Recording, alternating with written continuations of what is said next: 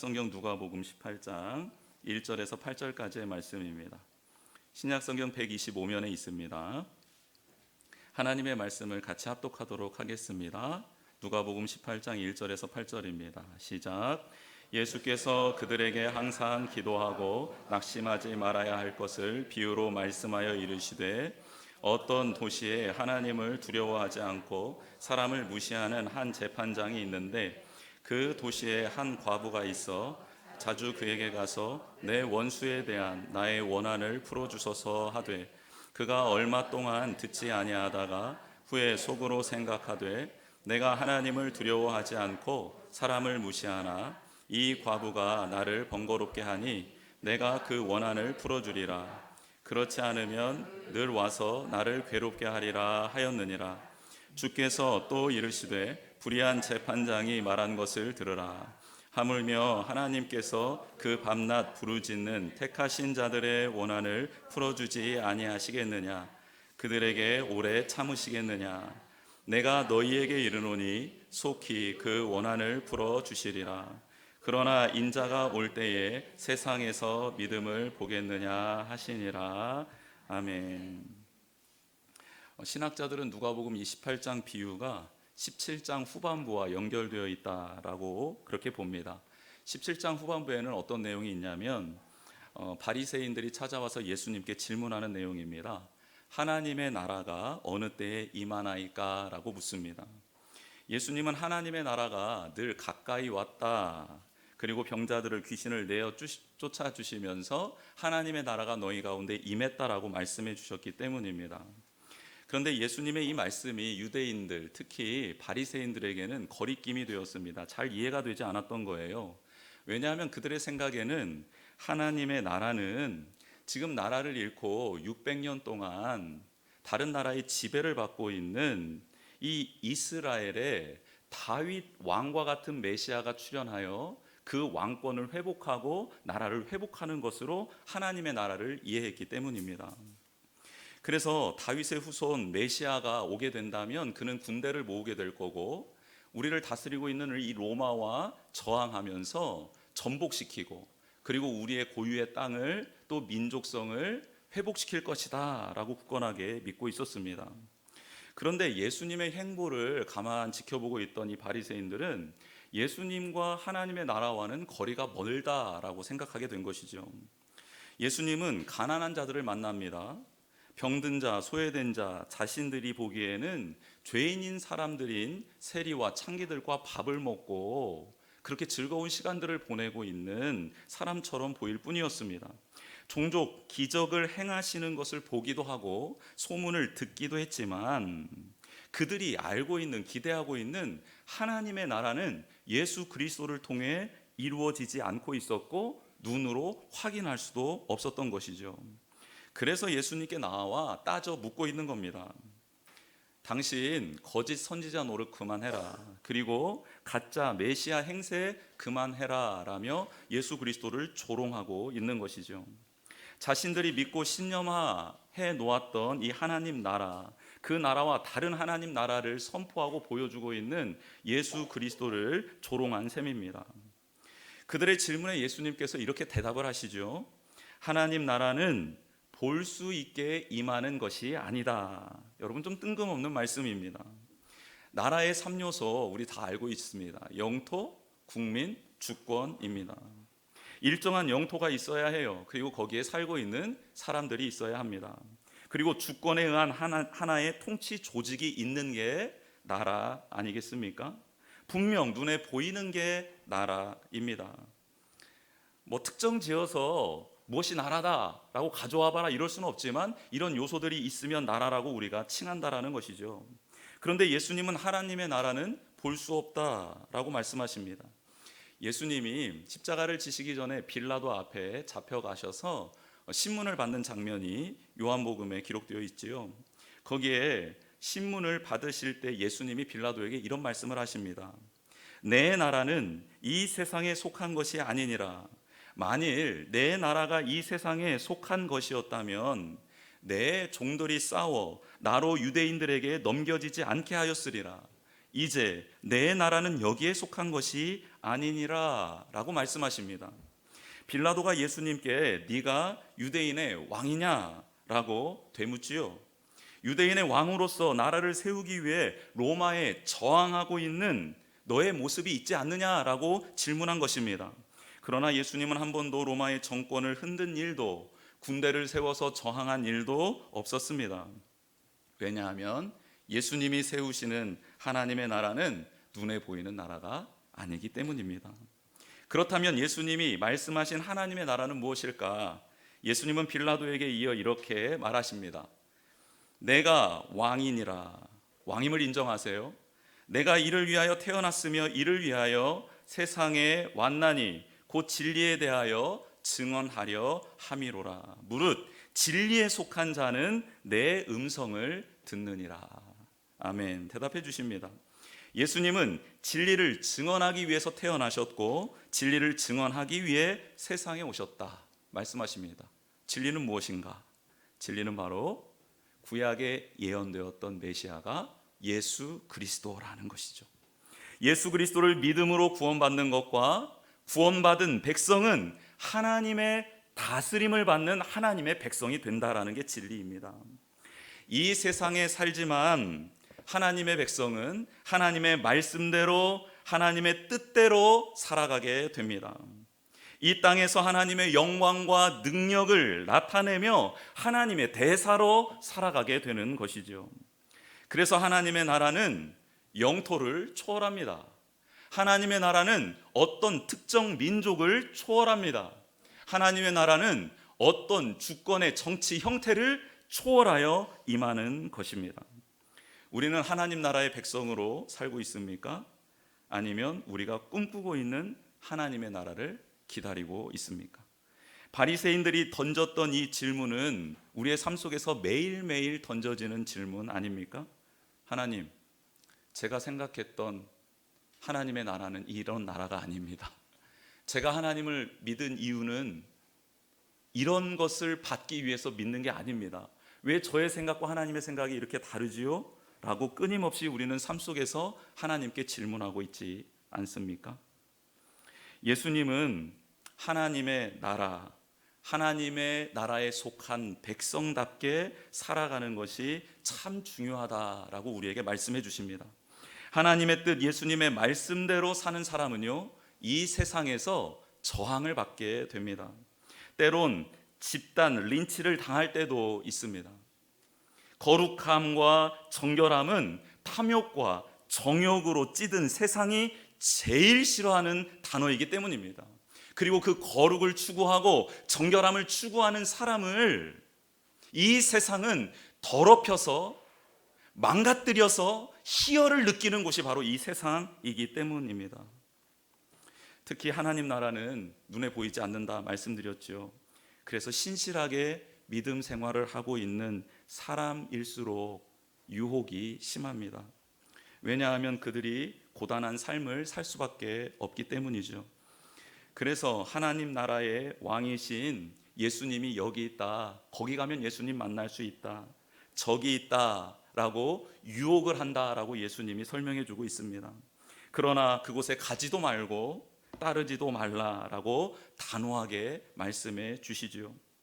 인자의 때 왕이신 예수님이 다시 오실 때는 노아의 때와 같이, 롯의 때와 같이 임할 것이고, 그날은 번개가 이 끝에서 저 끝까지 치는 것처럼 한 번에 볼 수 있는 것처럼 예수님은 그렇게 오실 것이다 약속해 주십니다. 죽음이 있는 곳에 독수리들이 모이는 것처럼 예수님의 재림은 확실하며 신속하게 올 것이다라고 정확하게 약속을 해 주십니다. 많은 사람들은 예수님이 오실 날이 언제일까 연구하고 또 관심을 갖고 책을 쓰기도 합니다. 어떤 사람은 중동에서 전쟁이 이번에 일어나면 30년 안에 예수님이 오신다라는 설도 들어봤습니다. 그런데 예수님이 그 날에 대해서 알려주지 않으셨죠.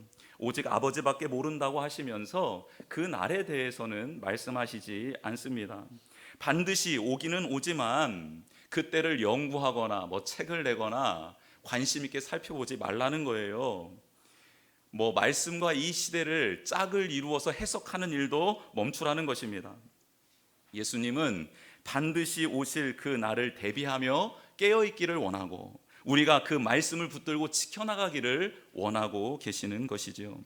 이런 배경 하에서 예수님이 오늘 과부와 재판장의 비유를 말씀해 주고 있습니다. 1절 말씀입니다. 예수께서 그들에게 항상 기도하고 낙심하지 말아야 할 것을 비유로 말씀하였다. 여러분, 그들은 제자들입니다. 좀 더 폭을 넓히면 예수님을 영접하고 믿고 따르는 자들에게 비유로 말씀해 주신 것이죠. 그들의 삶에 특징이 있었습니다. 예수님을 따르는 삶의 특징은 무엇입니까? 오늘 1절 말씀을 보면 그들이 예수님을 따른다라는 증거, 확실한 증거는 바로 기도라는 것이죠. 기도 생활이 믿는 자의 확실한 증거다라고 오늘 말씀하고 있습니다. 근데 기도는 왜 해야 될까? 그렇죠? 하나님의 말씀을 듣는 자들은 참 많았지만 그 말씀을 행하는 자들은 너무 없었습니다. 그래서 예수님 탄식하시죠. 반석 위에 집을 지은 사람과 모래 위에 지은 집을 짓는 사람이 있다라고 말씀하시며 그 차이는 듣기만 하고 행하지 않는 자는 모래 위에 집을 짓는 사람, 듣고 행하는 사람은 반석 위에 집을 지은 사람이다라고 말씀해 주십니다. 이것을 가르는 길이 바로 기도입니다. 어느 날 제자들이 자신들을 찾아온 사람들을 만나고 있었습니다. 그 사람 중에 한 사람은 자신의 자녀가 귀신 들려서 너무나도 자녀가 고통 중에 있는 딱한 사정을 가진 사람이었습니다. 제자들은 그 사람을 붙들어서 사정을 듣고 그 아들에게 귀신을 내어주기 위해서 이제 예수 그리스도의 이름으로 선포를 하기 시작했죠. 그런데 그 아들, 찾아온 사람의 아들에게 들어간 귀신이 쫓아나가지 않는 거예요. 쫓겨나가지 않는 겁니다. 사람들이 웅성웅성 모여들기 시작했고 제자들은 당황하기 시작했습니다. 왜냐하면 조금 전만 해도, 며칠 전만 해도 그들이 예수 그리스도의 이름으로 귀신을 내어 쫓았기 때문이죠. 예수님이 그 상황에 오셔서 그 상황을 정리하십니다. 그 아들을 치유해 주시고 귀신을 쫓아주셨어요. 그리고 그 아버지의 믿음을 회복시켜 주셨습니다. 그 사람들이 다 물러가고 난 다음에 제자들이 예수님께 물어봐요. 예수님, 우리는 어찌해서 귀신을 쫓아낼 수 없었습니까? 그러자 예수님이 이렇게 대답하시죠. 기도 외에는 이런 유가 나갈 수 없다라고 말씀해 주십니다. 여러분, 기도는 자기의 의와 자랑을 내려놓고 오직 하나님 한 분을 의지하는 것이 기도입니다. 이게 바른 기도이지요.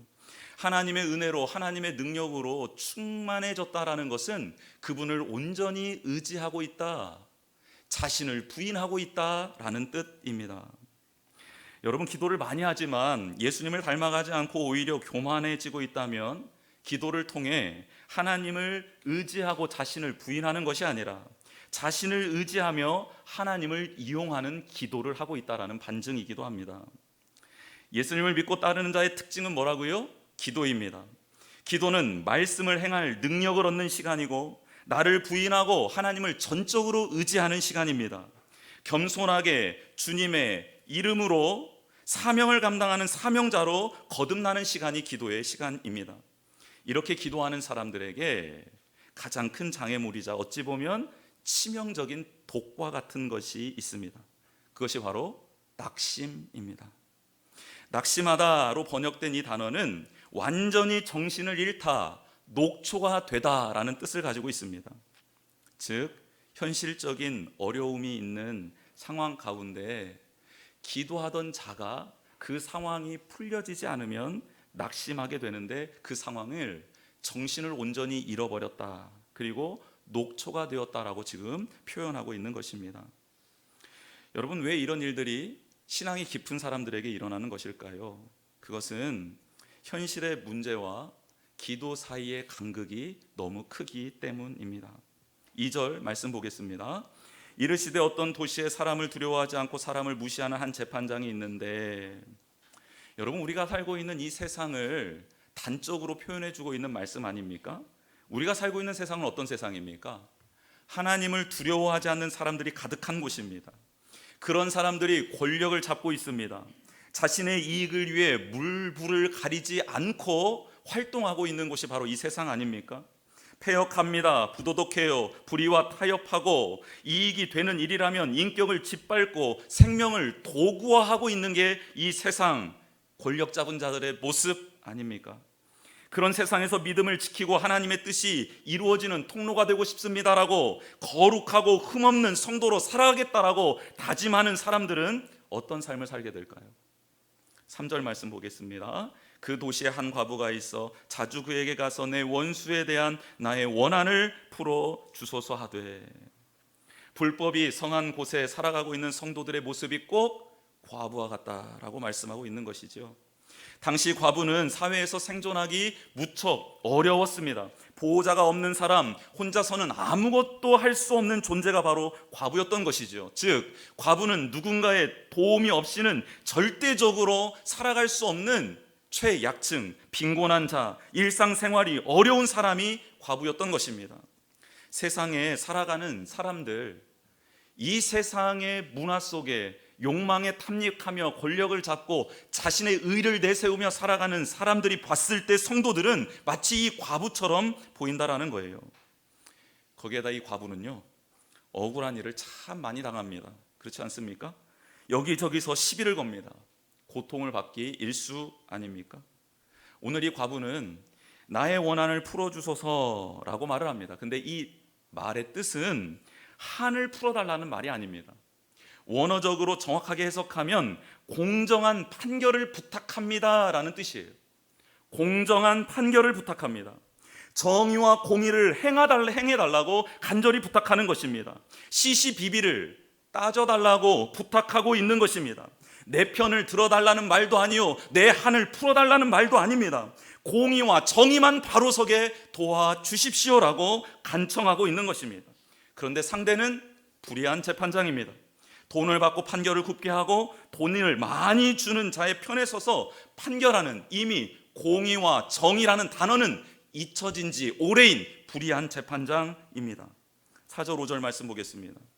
그가 얼마 동안 듣지 아니하다가 후에 속으로 생각하되 내가 하나님을 두려워하지 않고 사람을 무시하나 이 과부가 나를 번거롭게 하니 내가 그 원한을 풀어주리라. 그렇지 않으면 늘 와서 나를 괴롭게 하리라 하였느니라. 여러분, 불의한 재판장답게 행동합니다. 그는 과부의 청을 거절합니다. 듣지도 않아요. 그런데요, 이 과부는 다른 사람들과 달랐습니다. 매일 재판장에게 찾아갑니다. 그에게 와서 공의와 정의를 행해달라고, 시시비비를 반듯하게 가려달라고 외쳐댔습니다. 재판장은 하나님을 두려워하지도 않아요. 사람들을 무시하는 악한 사람이었습니다. 그런데 그녀의 끈질긴 외침에 흔들리기 시작합니다. 그리고 그녀가 자신의 억울함을 풀어달라는 게 아니라 공정한 공의와 정의를 세워달라는 말에 돌처럼 굳어져 있던 그의 양심에 금이 가기 시작합니다. 그래서요, 시시비비를 가려주기로 마음을 바꿉니다. 여러분, 우리나라 판사가 되면 선언문을 읽게 되는데요, 선언문의 내용이 이렇습니다. 본인은 법관으로서 헌법과 법률에 의하여 양심에 따라 공정하게 심판하고 법관 윤리 강령을 준수하며 국민에게 봉사하는 마음가짐으로 직무를 성실히 수행할 것을 엄숙히 선서합니다. 여러분, 검사 선언문은 또 다음과 같습니다. 나는 이 순간 국가와 국민의 부름을 받고 영광스러운 대한민국 검사의 직에 나섭니다. 공익의 대표자로서 정의와 인권을 바로 세우고 범죄로부터 내 이웃과 공동체를 지키라는 막중한 사명을 부여받은 것입니다. 나는 불의의 어두움을 걷어내는 용기 있는 검사, 힘없고 소외된 사람들을 돌보는 따뜻한 검사, 처음부터 끝까지 오로지 진실만을 따라가는 공정한 검사, 스스로에게 더 엄격한 바른 검사로서 혼신의 힘을 다해 국민을 섬기고 국가에 봉사할 것을 나의 명예를 걸고 굳게 다짐합니다. 모르긴 몰라도 이 불의한 재판장도 선서를 하고 그 직을 수행하고 있었을 것입니다. 그런데 세상의 유혹과 그의 욕망이 그를 망쳐놓은 것이죠. 하지만 과부는 그런 그를 깨웠습니다. 변화시켰습니다. 여러분, 계란으로 바위 치는 격 아닙니까?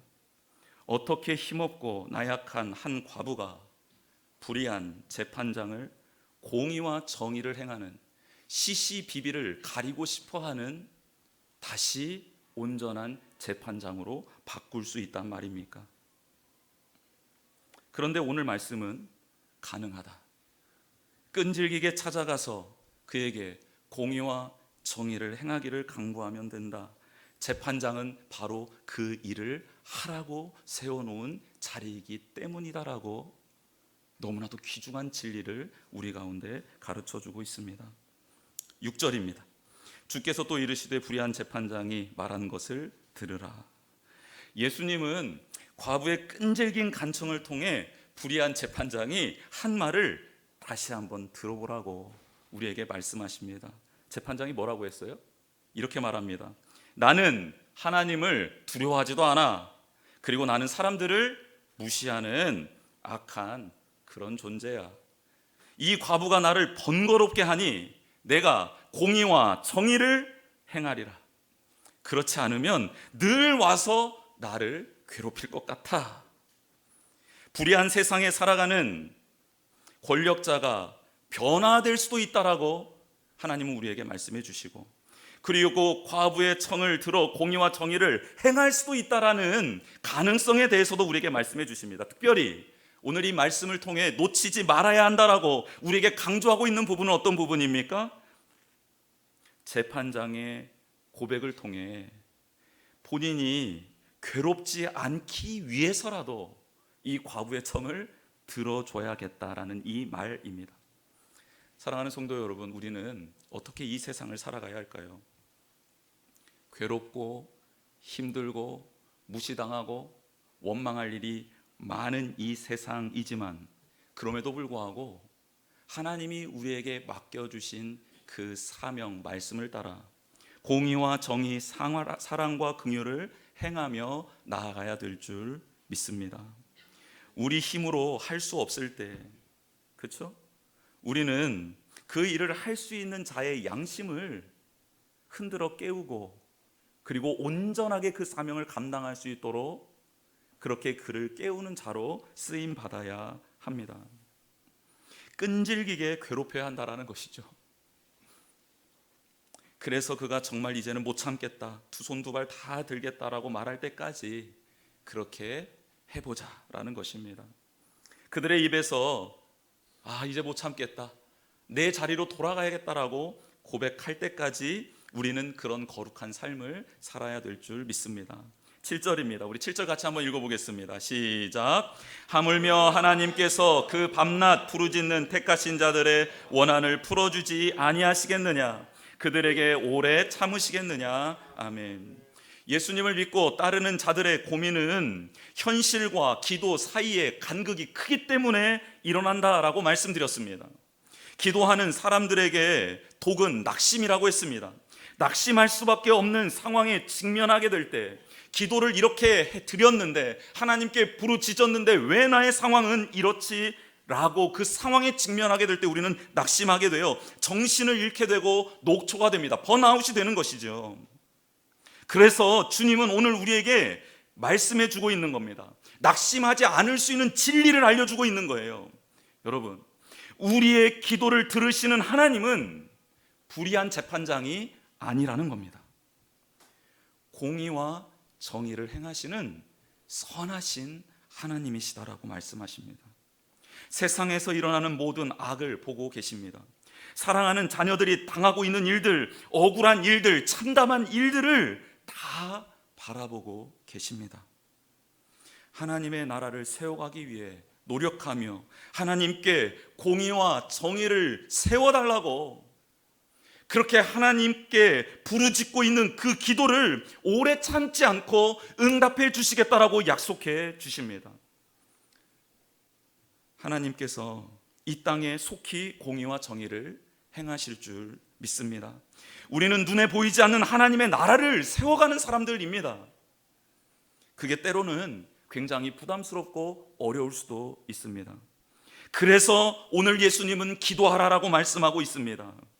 기도해라. 끈질기게 신실하게 기도해라. 그 기도를 들으시는 하나님은 공의와 정의와 긍휼과 사랑을 베푸실 수 있는 전능한 하나님이시니라라고 말씀하고 있습니다.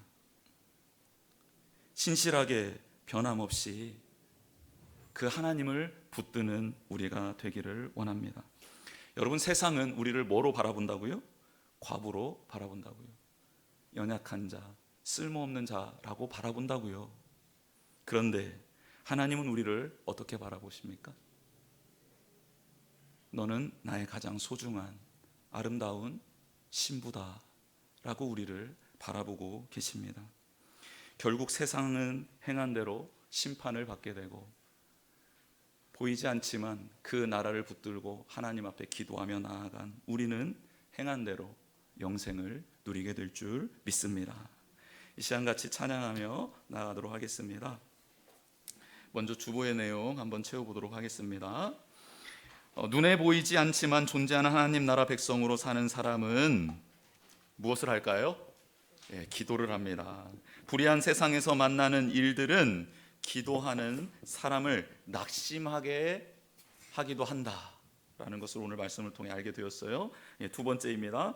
하나님은 공의와 정의를 행하시는 거룩한 하나님이십니다. 낙심하지 않고 하나님 앞에 나온 성도들의 기도에 반드시 응답해 주시는 분이시다. 잊지 않고 우리 기도했으면 좋겠습니다. 세상은 성결하고 거룩한 자를 멸시하고 조롱합니다. 그렇죠? 그런데 하나님은 성도들을 사랑스럽고 아름다운 신부로 맞아 주십니다. 우리 같이 찬양하며 기도하는 시간 갖겠습니다. 원하고 바라고 기도합니다. 같이 찬양하도록 하겠는데요.